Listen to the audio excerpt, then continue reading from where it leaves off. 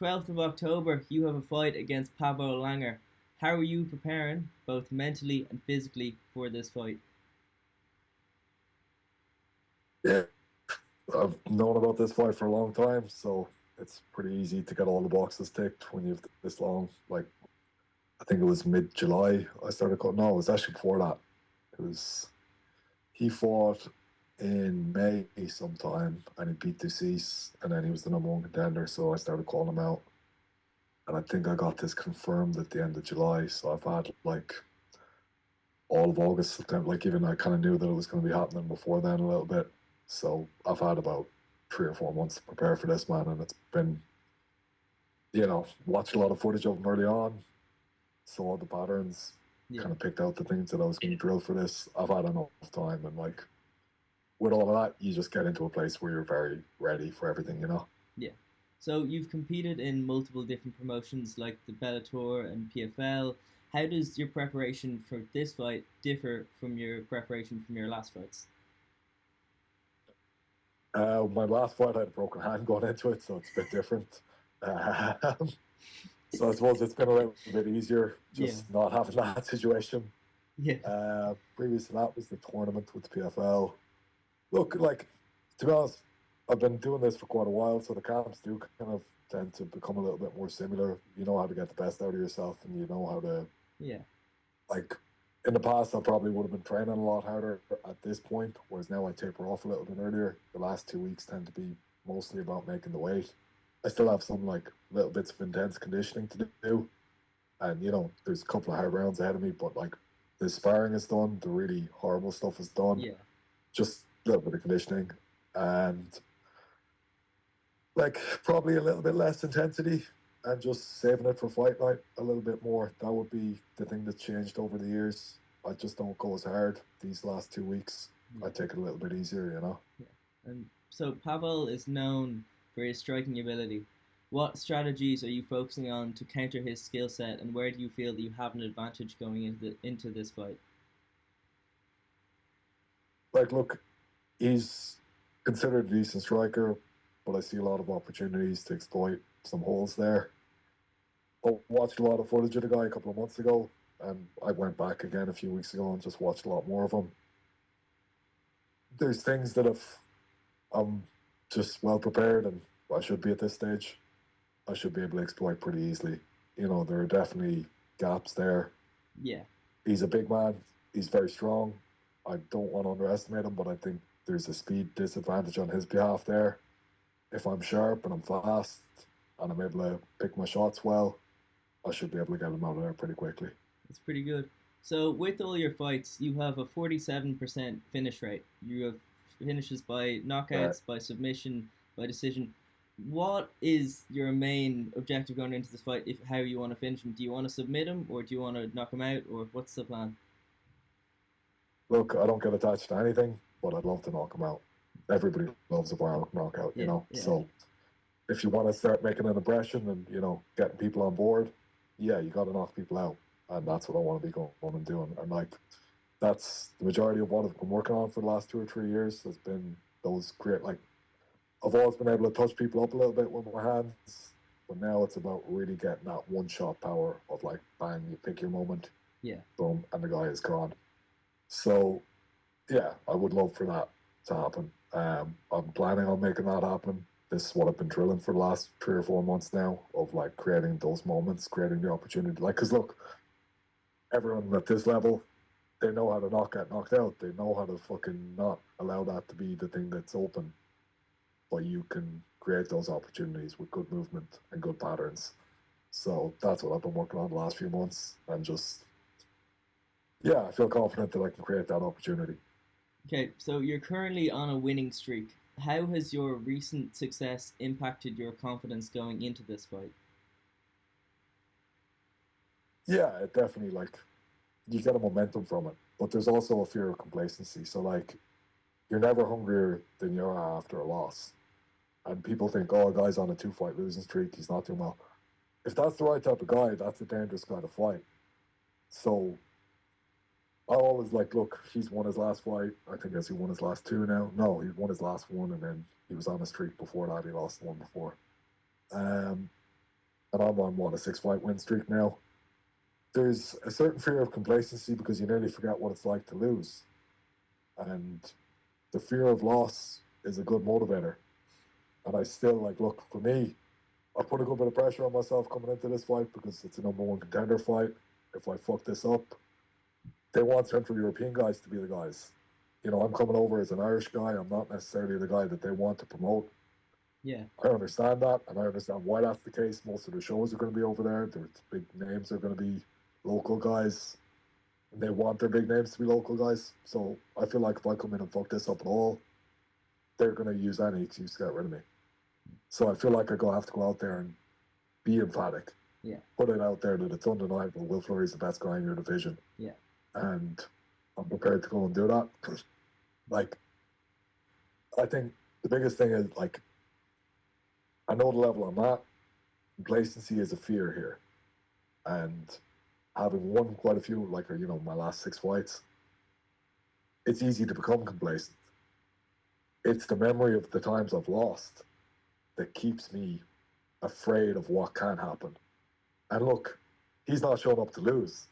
You know, that's why it's interesting. Like, this is the nature of sport. You know, so like you're not guaranteed anything unless you go out there and fucking take it on the night. Exactly. And I have a very fucking, you know, I have an awareness of that, and I'm very motivated to not allow that to happen. So I think like that would be, yeah, you take momentum from winning, but you also fear the complacency that can come with winning. Yeah. It's a nuanced thing. Like there's a bit of a like, winning's great, but don't remember, like, or don't forget what it's like to lose. Because once you do, yeah, bad shit's going to start to happen to you. Yeah. So, looking back on your career, what has been your most significant challenge that you faced, and how have you managed to overcome it? Honestly, man, probably earlier in my career where guys kept pulling out of fights last minute. I remember when I was 1-0, to get my fight to go 2-0, I had 3 different guys where I did the whole camp, and the guy would pull out last minute. I had a guy pull out the day of the weigh-ins. Oh no! I had a guy pull out the week. Yeah, it was fucking horrible. Like, I really I literally stepped on the scale and weighed in, and then I got a call saying the guy's pulled out. Fuck. Yeah, it was fucking extremely frustrating.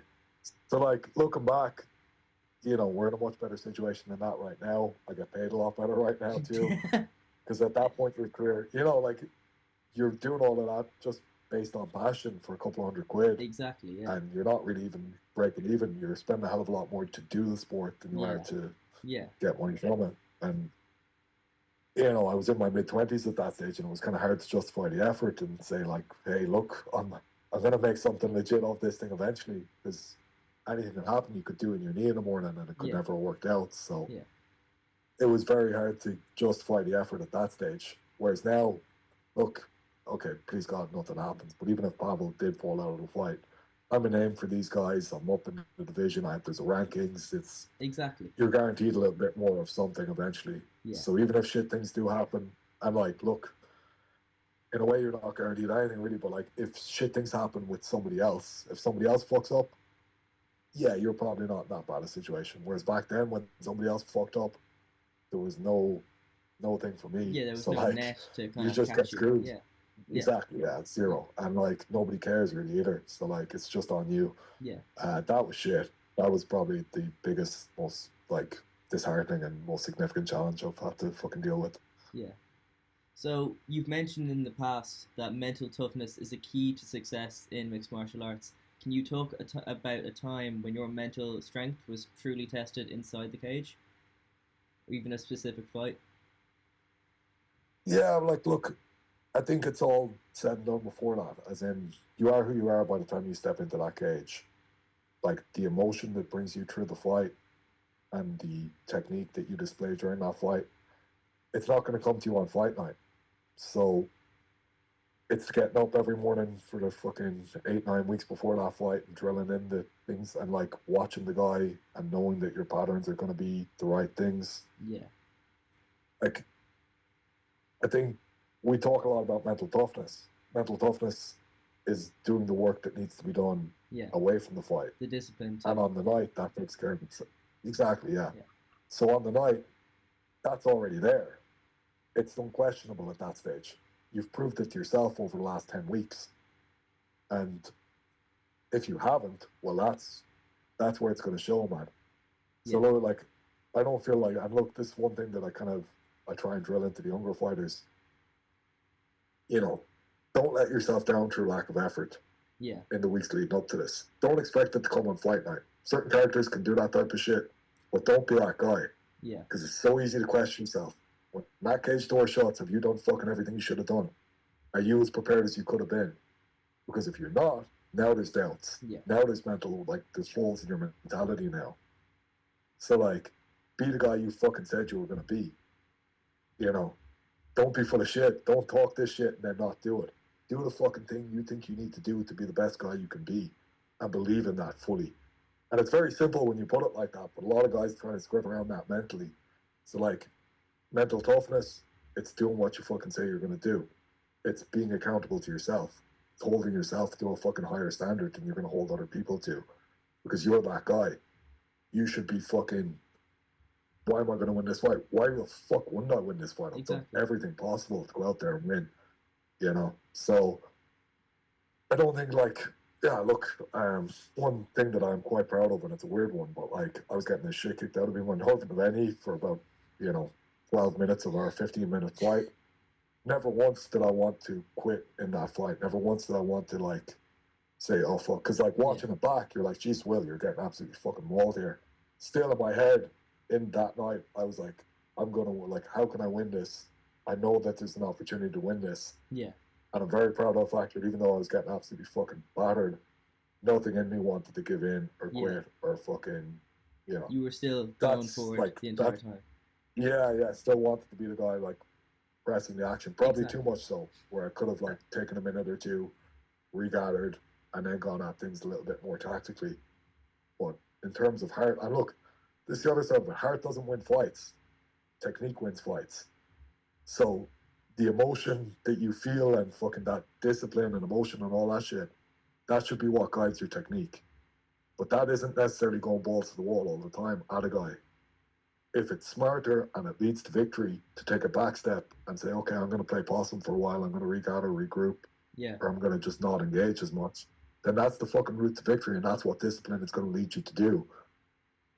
But yeah, I was at that point in time, I wasn't as tactically aware, and I was going balls to the wall. I'm kind of proud of the fact that I was that guy, but also I look back on that guy and go, he was a fucking idiot at times. So, like, So, yeah, do you think I'm glad there's that been I've a learned technically. yeah? So there's been a big growth from kind of that Will to the Will that's now fighting on the 12th. In terms of technique, yeah, I'm still proud of the attitude and the emotion that I brought towards that at that point in time. But technically, yeah, I'm a much more aware and much more intelligent fighter. Like, I feel like back then, I had all the will to win. I had all the fucking, the drive, the emotion. I Yeah. trained my balls off every time I got in. But the path to victory was less obvious to me. So it was like, just go hard, do your thing. Whereas now, I have about 15 different little things that I'm going to try and work on in this fight where, like, my brain should just immediately recognize opportunities to see the finish in the fight. And even just in terms of sequences that are going to play out, I know where all of those sequences could and should end and how they benefit me most, and, like, what's the most efficient way to go about this. When the guy starts to move a certain way, okay, this is open to you now. Like, is he squaring his stance? Okay, now, like, this is going to be easier. That's going to be easier. Yeah. And those aren't even things you have to consciously think about. They're things that I've recognized by watching a shitload of fights. And now I can just, I've drilled them over the years. Now they're just there. They're in my brain anyway. And that should be something that just happens on fight night where your brain just straight away recognizes it. You're not even conscious. It's just happening before you even think about it. Yeah. And, like, that's what being a professional is. That's why you fucking consider yourself good at this shit. And that's why you're confident that you're going to win. But to say that that's, like, heart on the night, no, it's not. It's heart fucking 5-6 months ago when I started looking at this stuff and drilling it and training it and saying, like, I want to win now. So I'm going to put this effort in now so I don't have to go balls to the wall on fight night and be the guy who's getting the shit kicked out of me. Yeah. And maybe in one way you want to entertain fans, but you also, like, your job is to fucking beat the shit out of the guy. Yes. So if I can do that in the most efficient and easy way possible, that's my job. I think that's good. So you've been part of Irish MMA for a good while now. What are your thoughts about Yeah. how the sport has grown in Ireland, and where do you see it heading? It's they're like, look, the amateur scene when I started fighting, we were shy. Like, you look back at some of the fights and the technique, the game has evolved from a technical point of view so much. Like, I hear guys talking about the good old days, and we were manlier back then. We weren't a fuck. If you look at any of the young lads that are fighting now, they would have battered us. And I think that really needs to be acknowledged a lot more. Like I go back and I watch my amateur fights, and I can't believe how bad I was. Um, and like I was winning all my amateur fights, so how bad were the guys I was beating? And they were the guys talking shit about how guys aren't as good these days. So definitely the game has evolved in terms of technique. Guys are a lot more technically sound. And even I look at some of the young lads coming up, the likes of Ryan Keogh, and I know he's just gone pro now, but some of the high level amateurs, they're so good. Yeah, you have a lot of high level So the amateurs amateurs, coming out of your gym. You have Ryan Dunn, Cian yeah, but even Macker, other gyms a like lot of good lads. Keogh, you know, yeah, like like there's some really really solid fighters in the gym who are still amateur. Like Gary Rooney before he went pro, he was so fucking good, and like them lads, they would have been like high level pros at the time I was an amateur, and they're still amateur only up until a year ago. And I'm like picking them example, but there's still a load of lads at amateur who are class. So the level in the scene there has come up a shitload. And where that goes, I don't know, because like ultimately the lads need an opportunity to go out and fight on cards and be promoted the right way. I feel like probably that's one thing that's fallen off a little bit. Um, Look, like the scene has changed a lot since I've been involved. It Yeah, was a very different sport when I started fighting. It seems like right now there's a hell of a lot more talent. There's not necessarily a hell of a lot more opportunities for guys at a decent level in pro to fight. Like previously we had Bellator, and I was lucky that that wave came along kind of while I was in the middle of my career. But like early in my career, there was very little opportunity, kind of 2016, 2017 there. Like it seemed like fucking it was nearly impossible to get a show to pay you properly where you could make a decent living out of it. And then COVID happened while I was fighting as well. So that also, everybody was trying to justify paying you fuck all for a little while again. It's going to be a different scene for the younger lads coming up. yeah. I hope that there's a stable kind of a scene for them to be able to make a decent living out of the sport, and that they can I go think and get hyped up somewhere. Like, look, I feel very lucky that Oktagon have come along now, and that like their yeah. business model looks very sustainable. They're selling a lot of tickets. There's going to be hopefully 58,000 fans at my show next Yeah, weekend. That's incredible. Like, is that going to be the case? Can we do something with the UK and Irish scene like what they've done for the kind of Central European scene? Can a promotion come along and do that? I think Because right now here it's sorry, sorry, go I ahead. think it's very difficult for promotions, especially in the Republic of Ireland, to do shows at the moment. I remember, I think Declan McKenna was talking about it, and just the increasing price of to do a show in the Republic is huge. That's Yeah, why all the shows now they're done in the UK, they're done up north, because it's just so damn expensive. I think yeah, Cage Legacy had its last show, I think August around then, and it's I don't know if it'll come back, but they were talking about how they were struggling a lot.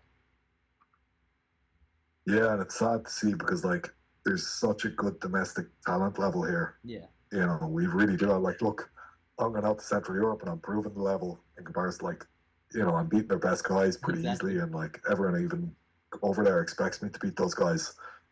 So like, we definitely have the talent here. It's just can we get the opportunities for these guys, and like, can we get a local like a high level domestic promotion, or not even just Western European promotion, like somewhere that does Ireland, UK, Yes. France, Yeah. Spain, Portugal, that kind of area where like you have a level of like you're going to fight 3 times a year, you're going to get decently well paid, maybe not top level money, but like and you have opportunities, and the fans are aware who you are, and there's an Yeah. opportunity to build a base off it. I don't know if that's there. Like PFL seem to be kind of trying to do that with the PFL Europe thing, but I wonder how long all of that will last, given that there doesn't really seem to be that much of a domestic buy-in from people. Yeah, yeah, I've I seen don't that. like they're not on any local TV network. It's not become like a mainstream thing for most people. That's one thing Octagon seems to have done really well. The average Czech person knows what Octagon is. And they could tell you maybe 5 or 10 guys who fight for them. Yeah, If you were to ask the average guy on the street here about the PFL, they wouldn't have fucking clue what you're talking about. yeah, And even guys involved in MMA, I'd say, oh, I fought with the PFL, and they kind of be like, oh, who are they? And now that was 2 years ago or whatever, but you're kind of thinking, fuck, they're not doing a great job of getting the name out there domestically, yeah. or I within think Europe. we've seen that definitely, especially with ticket sales. In the last show in Dublin, I think they only bought half the tickets for the Three Arena. They didn't, Yeah. which was it was quite sad to see And that. look, it's shit, as in, yeah, it is. It's like, because you want the lads to have an opportunity domestically, Exactly, yeah, and they're, they're, the rent out show, places like the Tree Arena, you would hope that there would be buy-in. And I don't know if it's necessarily that, I feel like the promotion is a little bit American-centric and lacks a little bit of character. Whereas one thing that any of the promotions that I've seen have built this, KSW or Octagon or the likes, yeah, they focus intensely on the characters that they're building. yeah. And I think one of the big Whereas problems, PFL seem reluctant to do that. yeah, I think one of the big problems with PFL is they'll do a show, but they won't have local fighters on the show. I remember the one they did in Dublin recently. They didn't have James Gallagher on it. He would have sold out so many tickets, and then they've done another one in Scotland. They had Dylan Tuke in Scotland. They didn't have him on it. They're having local fighters around, but they're not putting them on the show in places where their fan bases are centered, which I think is quite Yeah, disadvantageous sort of. But for. then, I'd look, they had Nate Kelly on the last show. Nate's an unbelievable fighter on an incredible win streak. It's more get that lad out there, start and I know they did a little bit of promotion behind him, but it all seems very American centric and very designed to appeal to a certain audience. But it's look, if you just let this guy be what he is and show people what that is and be a little bit quirky and be a little bit different and be a little bit less generic, then you'll probably get a lot more buy-in off real fans and real people and people who are actually going to pay money to sit there and watch that guy. Yeah, And if you do that with 5 or 6 different guys, then you start to get a crowd. So I think, look, it takes a little bit of an investment, but the guys have the money at the moment. Whereas I think if they don't put that money in now and start to invest in the characters and start to invest in a couple of people where you're not building them as hey, he's a superstar, he's this guy. It's no, he's a human being. He's a fucking person. Even the likes of Kieran Clark there, he's such an incredible story. This lad coming out of Drogheda on this amazing win streak after a fairly tough amateur career. If people actually fucking sold that story properly, or if Bellator or PFL started to invest in what that lad actually is, and even got in there, people locally did a documentary about Kieran because he's so fucking interesting. Whereas the promotion themselves aren't you're promoters, this is your job. yeah, This guy's giving you this incredible background, that he's fucking I've witnessed that thing firsthand, and it's amazing. It's actually genuinely inspirational. How the fuck are you not getting in on this? yeah, yeah, Yeah, yeah. so So a bit more of a personal question now. Outside of fighting, what are some hobbies or passions that help Will Fleury kind of unwind and stay grounded? I'm a little bit shit at that, to be honest, man. Fighting is most of my life. I I listen to a couple of podcasts, history podcasts, and I read the odd few books on history and that type of thing. I'm a boring enough bastard. I go I just go walking the odd time, up mountains and stuff like that. So you like history? What type? I'm not really that interested outside of this shit. What era of history are you kind of interested in? So it very it changes over.